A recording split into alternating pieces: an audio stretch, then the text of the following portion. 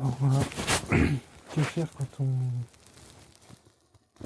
on sort de l'alcoolisme, quand on sort d'un alcoolisme sévère avec des séquelles graves et où le médecin te dit bah soit vous arrêtez de boire, soit vous allez mourir dans même pas un an.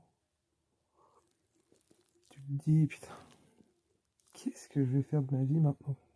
Avant tout tournait sur l'alcool. Toute ma vie était basée sur boire, être ivre. J'étais plus ivre que normal en fait.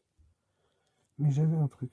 J'ai toujours eu un truc depuis que j'ai 9 ans, c'est ça. J'ai eu l'appel du Christ. Voilà. Ça peut paraître un peu farfelu, mais j'ai une foi énorme. Et là, j'ai pris la décision en arrêtant de boire qu'il fallait que je trouve une occupation, quelque chose, une activité. Comme le sport, hein, je suis trop fait pour en faire. J'ai décidé de me remettre à la prière, de reprendre la prière parce que je suis quelqu'un de très pieux et j'aime prier et pendant des heures, parfois même des heures. Hein. Donc je me suis reculé. Je suis dans un chalet dans la forêt, à la diète. Je suis à la diète. J'ai mon chapelet. J'ai ma Bible, j'ai mes bougies. Je suis dans un chalet, comme un ermite. Loin des tentations, loin des envies d'alcool, loin des mauvaises fréquentations, loin des mauvaises personnes. Je suis avec mes livres, mes chapelets, mes bougies. Et je prie. Et j'ai décidé de mener une sorte de vie d'ermite, en fait, pendant quelques temps, pendant un an ou deux.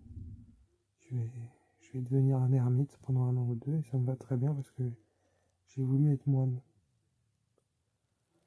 Donc voilà, pour ceux qui sortent de cette maladie, parce que c'est une maladie, il faut trouver en soi qu'est-ce qu'on aime, qu'est-ce qu'on a envie de faire, par quoi on est appelé, par quoi on a envie de faire. Alors, on est fragile, hein, on sort de quelque chose, on sort d'un état terrible.